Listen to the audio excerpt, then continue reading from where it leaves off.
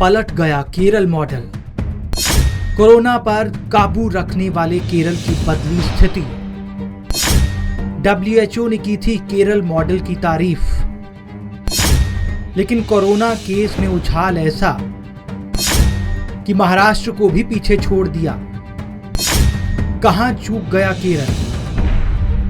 देश में कोरोना का सबसे पहला केस जनवरी के महीने में केरल में सामने आया था, लेकिन उसके अगले 2 महीने केरल ने सफलतापूर्वक भारत के बाकी राज्यों के मुकाबले कोरोना ग्राफ को काबू किया।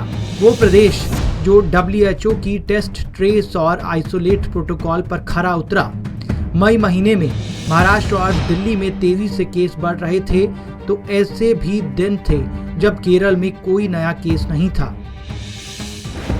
लेकिन ये तमगा केरल से दूर होता चला गया और अब केरल में 78,000 के पार कोरोना केसेस हैं, जिसमें 31% एक्टिव केस हैं, जो राष्ट्रीय एवरेज 21.3% से ज्यादा है। जबकि महाराष्ट्र जैसे प्रदेश में भी एक्टिव केस कम हो गए हैं। आखिर कहां चूक गया केरल? दरअसल अप्रैल के मध्य तक तो ठीक था, केरल ने सब काबू में रखा, तो केरल ने आगे बढ़कर और छूट दे दी।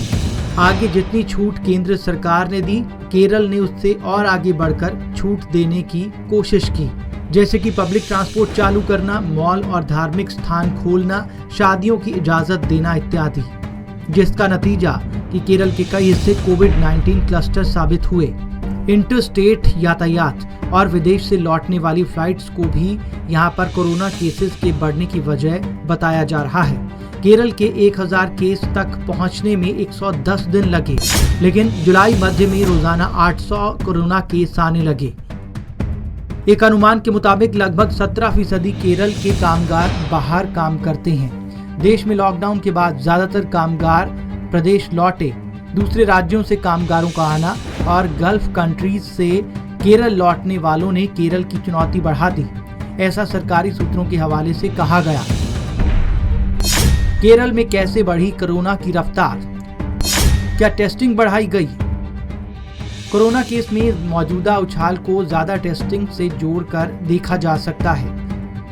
26 अगस्त को 40,000 से ज्यादा सैंपल लिए गए, तो 2,476 केस सामने आए।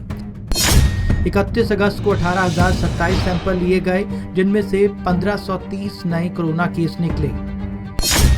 1 सितंबर को 14,137 टेस्ट हुए, तो पॉजिटिव केस थे 1,140।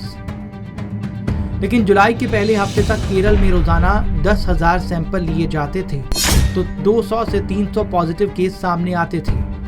अप्रैल मई में 500 से 1,000 कोरोना लक्षण वाले मरीजों और उनके संपर्क में आए लोगों की जांच होती थी, लेकिन उस वक्त स्वास्थ्य विभाग में टेस्टिंग पर उतना दबाव नहीं था।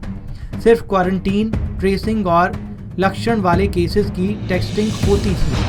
लेकिन कोरोना के मौजूदा केस में बढ़ोतरी ने सरकार पर रोजाना टेस्टिंग का दबाव बनाया।